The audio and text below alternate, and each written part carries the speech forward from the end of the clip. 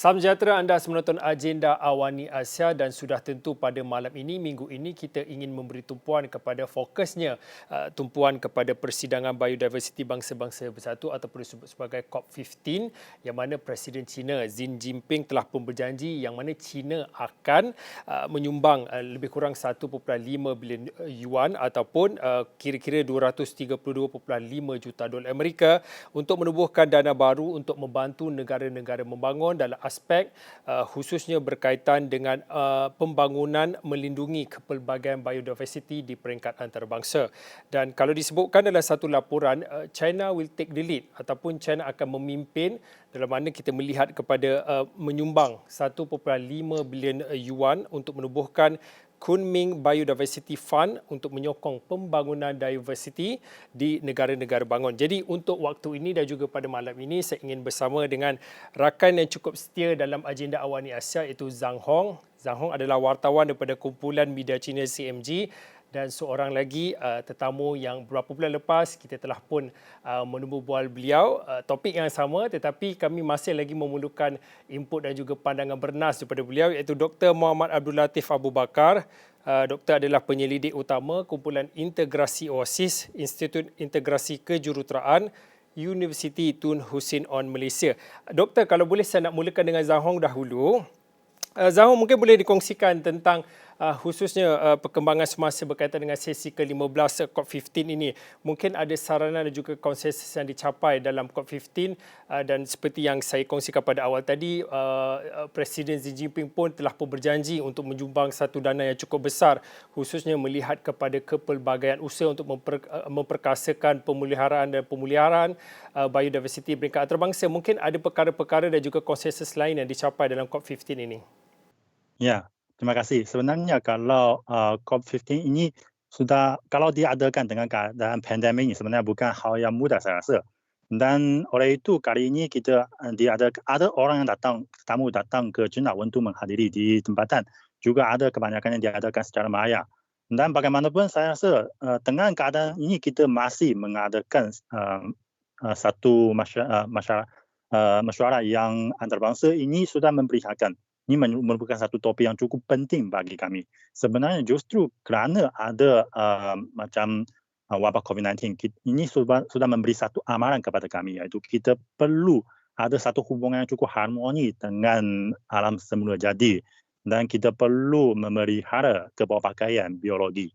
Dan oleh itu saya rasa dengan latar belakang ini, COP15 ini menjadi lebih bermakna dan dalam masyarakat hari ini kita lihat seperti apa yang sudah diperkenalkan dulu iaitu China sudah janji menyediakan dana yang cukup besar iaitu 1.5 bilion yuan renminbi, kira-kira 1 bilion ringgit lah untuk memulakan satu tabung untuk membantu negara-negara lain memelihara kepelbagaian biologi dan ini merupakan satu permulaan saja dan China juga menghalu-halukan berbagai negara lain menyumbang dana kepada tabung tersebut untuk bekerjasama menggalakkan usaha tersebut. Dan selain itu, ada juga beberapa hal yang cukup menggalakkan diumumkan oleh Presiden Xi dalam ucapannya, termasuk kita sudah secara rasmi membuka 5 taman negara di China. Dan dulu sudah ada beberapa taman peringkat negara di operasi secara uji cuba di China. Ada 10 dan kali ini sudah memilih 5 dari 10 taman tersebut menjadi peringkat negara punya. Dan sebenarnya dia masing-masing ada mewakili satu keistimewaan di tempatan. Macam kalau di Sichuan ada satu taman negara, dia sebenarnya fokus kepada perlindungan macam panda di sana. Kerana di sana kawasan itu merupakan kampung halaman bagi panda. Dan selain itu kita pun juga boleh lihat kalau Presiden kali ini tegaskan untuk menggalakkan perlindungan kepada kepelbagaian biologi, kita perlu berusaha untuk menggalakkan pembangunan ekologi, pembangunan hijau dan juga mengutamakan kepentingan kaum manusia supaya kaum manusia juga boleh mendapat faedah dari perlindungan itu alam sekitar. Dan juga satu lagi iaitu kita perlu menggalakkan hal ini berdasarkan undang-undang antarabangsa. Dan saya rasa ini sebenarnya sudah memperlihatkan hasrat yang cukup besar dari pihak China untuk menggalakkan hal ini. Dan ini mengapa? Sebenarnya saya rasa kerana dari Purbalingga, China selalu merupakan satu negara yang pertanian dan sejak sekian lama, dan oleh itu orang China mempunyai itu hubungan cukup rapat dengan berbagai biologi di tanah ini. Dan kita boleh lihat dari macam puisi dari Purbalingga China punya, sebenarnya ada banyak yang menggambarkan berbagai tumbuhan atau haiwan di China punya. Dan ambil contoh, ada satu puisi yang cukup terkenal dari penyaja pada dinasti Tang, yaitu abad ke-6, berbunyi iaitu 2 ekor oriol bersiul di atas pokok, sekawan bangau berterbang ke langit. Dan ini menggambarkan satu gambaran begitu harmoni, begitu menenangkan kami. Dan sebenarnya ini juga memperlihatkan kalau orang Cina memang suka dengan alam sekitar. Bagaimanapun, dengan perkembangan industri pada zaman dekat, memang ada, kita juga mengalami, seperti beberapa negara lain, juga mengalami itu penjajahan terhadap alam sekitar. Dan mengakibatkan itu biologi di China juga menurun. Ada yang berbagai jenis biologi sudah musnah. Tapi untung sekali kita menyedari masalah ini cukup cepat supaya mengambil tindakan untuk memulihkannya. Dan ambil contoh, saya juga sudah tertulis dalam Facebook saya, mungkin doktor pun sudah baca ya, tentang satu cerita tentang antelop Tibet. Itu ketika saya masih kecil, ada satu filem khusus untuk menggambarkan usaha penjaga gunung atau pihak polis untuk berlawan dengan pemburu haram terhadap antelop Tibet. Dan kerana kalau itu Kashmir dari antelop Tibet ini sangat berharga. Dia kalau dibuat menjadi selendang untuk dijual ke pasaran barat atau ke pasaran India, boleh mencapai ribuan dolar Amerika. Dan oleh itu pada masa itu banyak itu antelop Tibet diburu secara haram, hingga setiap tahun terdapat kira-kira 20,000 ekor terbunuh. Tapi mungkin 5 ekor antelop Tibet itu hanya boleh, kalau Kashmir dari mereka hanya boleh membuat satu sehelai selendang itu. Jadi ini sebenarnya harganya cukup besar saya rasa. Oleh itu ketika hingga tahun 1990-an, kalau antelop Tibet di China punya sebenarnya hanya tinggal 20,000 sahaja, dan dengan trend ini cepat akan dimusnahkan. Dan pada masa itu kita lihat kerajaan China segera mengambil tindakan, yaitu di arena antarabangsa pun mengeluarkan satu kertas putih dan menyeru supaya semua tindakan jual beli atau memilih itu macam selendang yang dibuat dengan Kashmir antelop Tibet menjadi haram. Dan kalau di dalam negara juga menjadikan kawasan kekasiri, yaitu kampung antelop Tibet ini menjadi satu kawasan perlindungan alam sekitar, dan menambah banyak polis atau penjaga gunung ke sana untuk meronda di sana, hingga beransur-ansur dengan usaha belasan tahun. Sebenarnya kalau semua pemburuan haram sudah dilarang, tak ada lagi, dan hingga sekarang kalau jumlah antelop Tibet dipulihkan lagi. Dan begitu juga macam kalau panda, kita semuanya tahu kalau panda merupakan khazanah China dan cukup berharga. Kita semua mungkin fikir panda sudah sedikit saja di China, tapi sebenarnya dengan berbagai usaha kerjasama berbagai negara, termasuk Malaysia, kita pinjam panda ke Malaysia supaya kita bersama-sama mengaji bagaimana memelihara panda ini. Hingga sekarang jumlah panda pun meningkat. Hingga sekarang mereka sudah bukan biologi yang menghadapi ancaman untuk musnah. Saya rasa ini semuanya satu perkembangan yang cukup positif.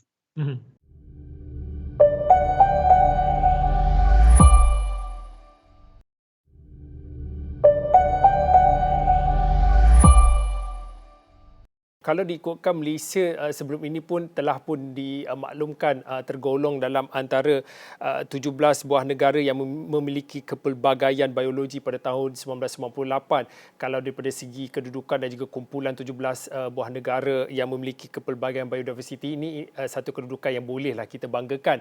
Tetapi dalam pada waktu ini dan melihat kepada kalau nak bandingkan dengan China, di awal tadi telah pun diumumkan dan juga telah pun dikongsikan bagaimana presidennya telah pun berjanji untuk menyalurkan satu dana yang cukup besar untuk usaha-usaha memperkasakan biodiversity di peringkat antarabangsa. Untuk Malaysia, di mana sebenarnya kedudukan kita selain pada kita melihat kepada kelebihan kita diletakkan dalam 17 buah negara yang kaya dengan pelbagai biodiversity ini, tetapi dalam usaha untuk memperkukuhkan ataupun memelihara dan juga memelihara biodiversity, di mana sebenarnya kedudukan kita? Saya sebenarnya sangat tertarik dengan perkongsian daripada rakan kita Zhang Hong tadi, sebab kebanyakan apa yang diperkatakan itu juga berada di Malaysia, seperti peribahasa, puisi dan sebagainya yang ada dalam tradisi masyarakat Malaysia itu banyak menggunakan pendekatan daripada apa yang ada di sekeliling kita. Dan dalam konteks perkongsian Zhang Hong tadi berkenaan dengan panda, ya betul, Malaysia merupakan salah satu negara yang mempunyai perjanjian bersama kerajaan China yang bersama-sama menjalankan usaha konservasi untuk pemeliharaan panda, dan memang usaha China dalam menaik taraf status panda daripada terancam kepada tidak terancam itu sangat luar biasa dalam konteks marketingnya, dalam konteks pemasaran dalam filem, karakter komik dan sebagainya. Itu satu perkara yang perlu kita pelajari dan ambil sebagai satu contoh yang baik. Dalam konteks keadaan semasa di Malaysia, seperti mana yang Zhang Hong kongsikan tadi, kita juga mempunyai kawasan lindungan yang baik. Sebagai contoh, kita ada lebih kurang 500 kawasan lindungan yang dikategorikan sebagai taman negara, taman negeri, rizab hidupan liar ataupun hutan simpang kekal dan lain-lain.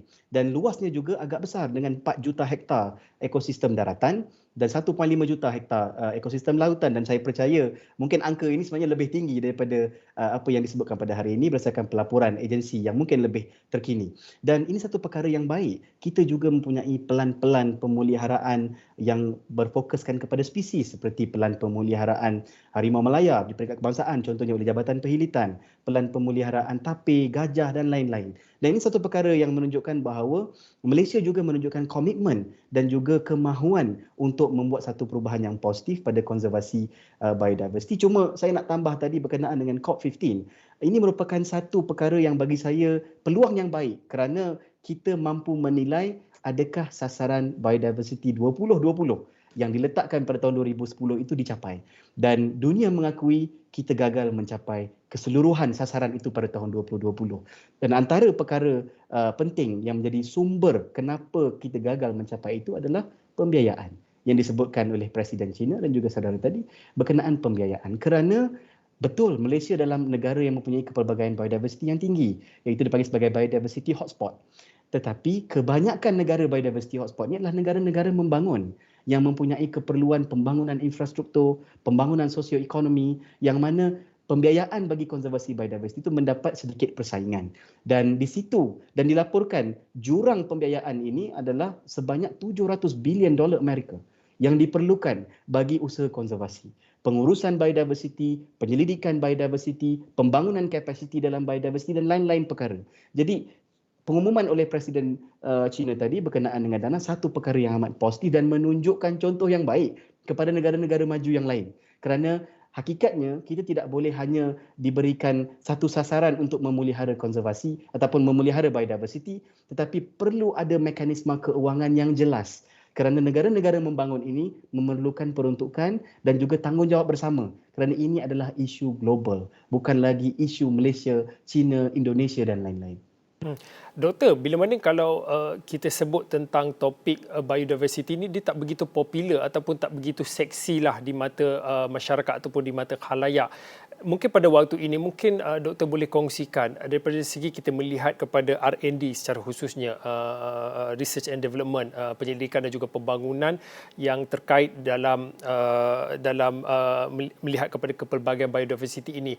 Apa yang boleh kita faham tentang manfaat R&D yang perlu dilakukan dalam mana kita melihat kepada usaha untuk kepelbagaian biodiversity ini dapat dipelihara, doktor? Tidak terlalu berat untuk saya katakan. Malaysia masih lagi di fasa mengenal pasti apa yang kita ada. Kita masih lagi dalam fasa untuk mengetahui spesies-spesies yang ada di Malaysia ini berada di mana taburannya. Dan sebab itu Malaysia masih lagi mempunyai penemuan spesies-spesies baru, penamaan spesies baru, pengetahuan taburan yang baru. Sebab itu masih lagi ada mungkin klasifikasi spesies yang dianggap tidak terancam, tetapi in reality mereka terancam. Mengapa kita tak tahu mereka terancam? Tiada data. Dan dalam konteks R&D ataupun penyelidikan tadi, itulah hakikatnya. Penyelidikan yang dapat memastikan ada satu produk ataupun pattern ataupun ada satu perkara yang boleh menjana ekonomi secara langsung, seperti mungkin bidang-bidang lain yang bukan berkaitan biodiversity itu, seperti yang disebutkan tadi, kurang menarik di mata pembiaya. Tetapi hakikatnya apa yang ada di sekeliling kita ini merupakan ekosistem yang perlu dijaga kerana manfaat yang mereka hasilkan, oksigen, tebatan banjir, sumber air daripada hutan, ini semua datang daripada biodiversity. Jadi jika kita tidak memberikan penekanan pada biodiversity, maka sebenarnya kita menjejaskan fungsi dan manfaat yang kita perolehi secara percuma selama ini. Jadi bila kita tidak melihat ia penting, maka sebenarnya kita mengundang masalah untuk diri kita seperti yang dilaporkan oleh media, tanah runtuh, banjir dan sebagainya. Itu bermula dengan apabila integriti ekosistem itu terjejas. Maka penyelidikan biodiversity tidak seharusnya diletakkan sama taraf dengan penyelidikan yang lain kerana kita tidak boleh menghasilkan produk. Kita tidak boleh menghasilkan pattern, tapi kita menjalankan tanggungjawab untuk memelihara warisan negara. Tadi dikongsikan tentang panda menjadi simbolik tentang kerjasama di peringkat antarabangsa, melihat kepada usaha untuk memperkasakan pemeliharaan dan pemeliharaan kepelbagaian biodiversiti di peringkat antarabangsa. Kalau boleh pada waktu ini, apa lagi kerjasama-kerjasama yang boleh dirintis khususnya bagi China di peringkat antarabangsa, dalam mana kita melihat kepada isu dan juga topik kepelbagaian biodiversiti ini? Ya, sebenarnya kita lihat kalau macam projek Panda ini merupakan satu contoh yang cukup bagus saya rasa. Dan begitu juga sebenarnya macam program ini boleh diadakan di seluruh negara kerana selain China ada panda yang sebagai satu spesies yang cukup berharga menjadi khazanah China. Berbagai negara masing-masing ada khazanah sendiri. Macam kalau Malaysia, kita ada harimau Melayu dan juga ada orang hutan. Dan ini menjadi satu tanda bagi Malaysia. Menjadi satu daya tarikan cukup besar bagi pelancong untuk melawat ke Malaysia. Dan begitu juga kalau di Indonesia mereka ada naga komodo. Dan ini menjadi memang hanya ada di Malaysia sekarang punya, macam dinosaur punya. Ya. Dan ini memang mempunyai daya tarikan kepada berbagai negara, pelancong dari berbagai negara. Dan jangan katakan topik ini jauh dengan kami. Sebenarnya ini berkaitan rapat dengan kami. Kalau sudah tak ada komodo di Pulau Komodo, siapa akan melawat ke sana lagi?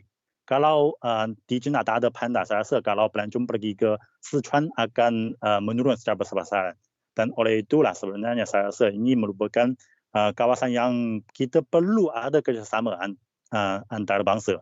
Dan seperti apa yang sudah dikatakan oleh Presiden Xi, dia katakan gunung hijau sebenarnya menjadi gunung emas dan gunung perak. Kalau ada ekologi, ada alam sekitar yang cukup baik, ini akan menjadi satu sumber juga untuk menjadikan berbagai bidang atau industri hijau termasuk pelancongan.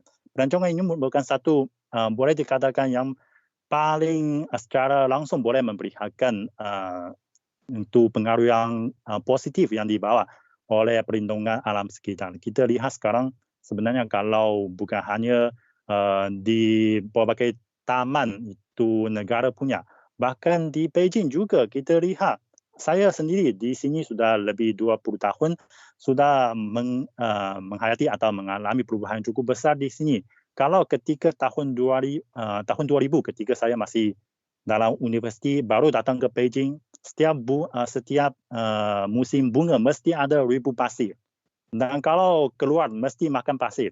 Dan hingga saya masuk kerja, iaitu pada kira-kira tahun 2004, sudah jarang ada ribu pasir lagi. Kerana kita membina hutang di sebelah utara di Mongolia dalam supaya dia boleh menghalang ribu pasir dari utara.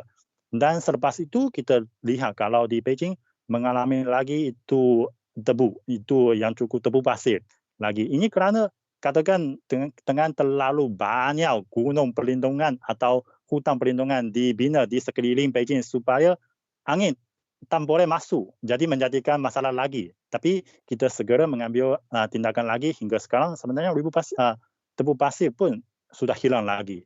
Kita dulu mungkin jangka perlu ada 10 atau 20 tahun boleh menyelesaikan masalah ini, tapi sebenarnya dalam tak sampai 5 tahun sudah diselesaikan. Sebenarnya kita tadi contoh ini sudah memperlihatkan kalau kita ada tindakan yang benar-benar, kalau kita ada dana sokongan yang cukup, saya rasa kita mampu membuat sesuatu yang cukup berkesan untuk perlindungan alam sekitar, untuk memperbaiki ekologi, untuk melindungi berbagai biologi di dunia ini.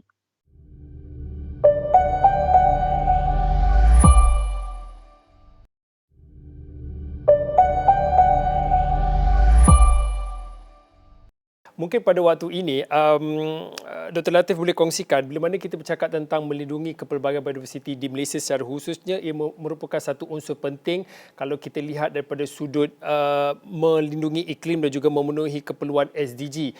Kita tahu pelbagai usaha yang perlu dilakukan ataupun peluang-peluang yang boleh diambil khususnya pada pihak kerajaan untuk menambah baik usaha-usaha yang telah pun dijalankan selama ini dalam mana kita melihat kepada memelihara dan juga memelihara biodiversiti seperti yang Zahong katakan tadi, kalau ada dana sokongan yang cukup, sudah tentu perkara-perkara dan juga ada perkara-perkara yang mampu dilakukan sesuatu. Mungkin pada waktu ini mungkin boleh dikongsikan sedikit apa cadangan daripada doktor sendiri melihat kepada usaha-usaha untuk memelihara dan juga memelihara biodiversiti di Malaysia secara khususnya. Seperti yang disebutkan tadi, saya memang sangat tertarik dengan perkongsian Zahong berkenaan panda dan juga ekopelancongan tadi. Sebab isu utama yang wujud di Malaysia sekarang ini adalah apabila kita terlalu tergesa-gesa menekankan soal ekopelancongan, iaitu lebih kepada pelancongan alam semula jadi, tetapi kita gagal untuk mendokumentasi apa yang ada di kawasan itu.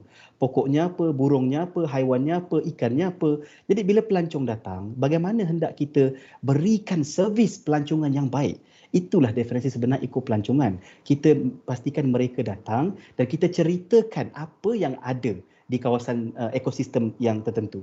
Dalam konteks iltizam politik yang disebutkan tadi, saya setuju. Memang kita perlukan iltizam politik yang cukup kuat dan juga berterusan. Bukan hanya kuat tapi juga perlu berterusan. Kerana kita lihat bila kita cakap soal biodiversity ataupun konservasi di Malaysia, tanggungjawab itu diletak kepada pemegang taruh, agensi kerajaan. Saya tidak bersetuju kerana saya percaya setiap warga dan juga setiap rakyat ada tanggungjawab masing-masing. Sebagai contoh, akademia yang ada di universiti tidak harus memfokuskan pada penerbitan kertas penyelidikan. Kita harus turun ke padang. Kita harus bekerjasama bersama dengan agensi, dengar masalah di lapangan, dapatkan penyelesaian secara bersama. Bukan hanya memfokuskan mengenai KPI yang ada di universiti. Termasuk juga agensi. Agensi kalau kita lihat berkaitan biodiversiti ini ada pelbagai kementerian. Kita ada Kementerian Tenaga Sumber Asli, Kementerian Air dan Alam Sekitar, kita ada mungkin MOSTI dan juga Kementerian Pengajian Tinggi terlibat dalam beberapa perkara. Perlu ada satu penyelarasan dibuat untuk memastikan pembiayaan konservasi ini dicapai dengan lestari. Supaya apa-apa pembiayaan diberikan, sama ada kepada universiti ataupun kepada agensi, mencapai matlamat asal. Bukan hanya untuk menerbitkan kertas penyelidikan, tetapi menyumbang kepada polisi dan pelaksanaan usaha konservasi. Dan bila kita lihat bagaimana hendak kita sinergikan akademia dan juga mungkin pihak agensi, termasuk juga entiti swasta. Entiti swasta, syarikat-syarikat industri, mereka mempunyai tanggungjawab sosial untuk membantu usaha konservasi. Sebagai contoh, saya berikan contoh mudah. Dalam konteks pembiayaan, dana penyelidikan ataupun dana usaha konservasi. Apabila pihak swasta memberikan peruntukan dana kepada universiti, mereka diberikan pengecualian cukai. Di UTHM contohnya, kita berikan pengecualian cukai berganda. Diberikan RM50,000, kita bagi RM100,000 pengecualian cukai. Jadi itu win-win situation untuk keperluan dana dan juga entiti swasta. Dan kita ada elemen terakhir, komuniti. Jika komuniti tidak ada sifat kepunyaan kepada satu ekosistem yang berada di sekeliling mereka, maka usaha konservasi itu tidak lestari dan sendiri tidak berterusan. Maka iltizam politik yang diperlukan adalah menggabungkan keempat-empat kumpulan ini supaya mereka boleh duduk bersama, bincang, tidak lagi membuat usaha konservasi secara isolasi, dan itulah yang kita mengambil semangat keluarga Malaysia.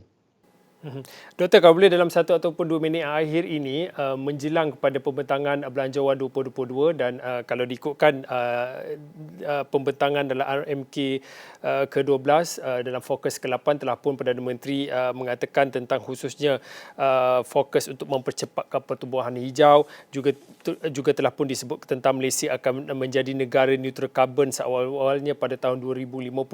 Jadi pada waktu ini mungkin ada wish list lah daripada Dr. Abdul Latif melihat kepada konservasi biodiversiti di Malaysia, apa yang diharapkan dalam 1-2 minit akhir ni. Saya sangat menerima baik inisiatif yang dibuat oleh Malaysia Green Tech Corporation dalam usaha dipanggil sebagai Low Carbon Challenge 2030, yang mana mereka mengiktiraf majlis perbandaran, sekolah ataupun mana-mana kawasan yang mengamalkan penurunan karbon. Satu perkara yang positif dan usaha yang sangat baik, dan itu saya percaya akan berterusan dan semakin berkembang. Dalam konteks perbelanjaan ataupun bajet yang akan datang, saya melihat kita harus menolak persepsi bahawa dana yang diberikan kepada usaha konservasi ini perlu mendatangkan pulangan ekonomi. Itu cabaran terbesar. Kerana pulangan itu tidak dalam bentuk wang ringgit, tetapi dalam bentuk pelaburan untuk generasi masa akan datang. Dan pelaburan inilah yang menjana ilmu. Ilmu inilah digunakan untuk ekopelancongan, pengurusan, pembangunan kapasiti. Jadi kalau kita tidak mahu ataupun tidak menunjukkan minat, seperti saudara sebutkan tadi, tidak begitu berminat untuk memberikan dana yang cukup, bagaimana hendak kita capai apa yang disebutkan sebagai Matlamat Pembangunan Mapan SDG 2030, 2030. Dan jika kita dapat hasilkan satu formula yang baik, pembiayaan yang baik dengan satu garis panduan yang baik, maka seperti Zhang Hong sebutkan tadi, kita akan mampu mencapai ketamadunan ekologi yang mana manusia mampu hidup dengan alam semula jadi secara harmoni. Ini visi yang digariskan pada tahun 2050. Okey, baik. Terima kasih kepada Dr. Abdul Latif Abu Bakar. Doktor adalah penyelidik utama Kumpulan Integrasi Oasis daripada Institut Integrasi Kejuruteraan UTHM, iaitu Universiti Tun Hussein On Malaysia, dan awal tadi adalah Zhang Hong. Zhang Hong adalah wartawan Kumpulan Media Cina CMG, yang mana pada hari ini, minggu ini, kita memberi fokus khususnya ke arah konservasi dan juga pemeliharaan dan juga pemeliharaan biodiversiti di peringkat antarabangsa. Saya kira itu saja untuk waktu ini. Saya Fauzin, ini Agenda Awal di Asia. Kita jumpa lagi.